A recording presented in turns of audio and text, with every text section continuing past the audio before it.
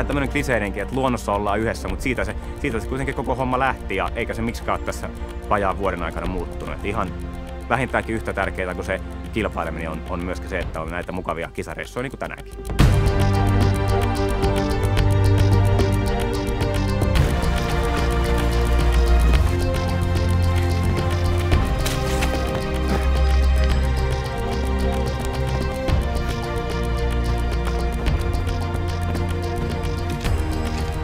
Vaikka tosissaan kaikki varmasti juoksee tuolla poluilla, niin kuitenkin semmonen sampamainen pilke silmäkulmassa.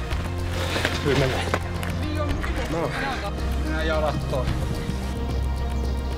Se on jotenkin se, että sen tietää jo lähtiessä, hyvä fiilis ottaa sitten siinä parin tunnin päästä.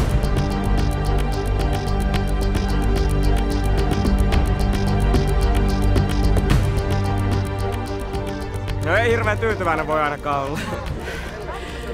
Saatana kuolen. Oikein mukava. Ei ollut mitään ongelmia. Pysy koko ajan niinku sykkeet aika alhaalla. Sitten kun rupesi nostaa, niin sit tuli kuolema. Keuhkot jäi 13 kilsan kohdalle. Ne voi kerätä sieltä.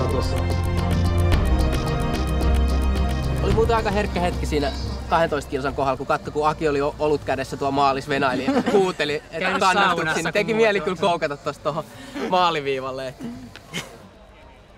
Ja kun vielä huuteli, että hopeeta tarjolla, että jaha, nyt tulisi palkinto.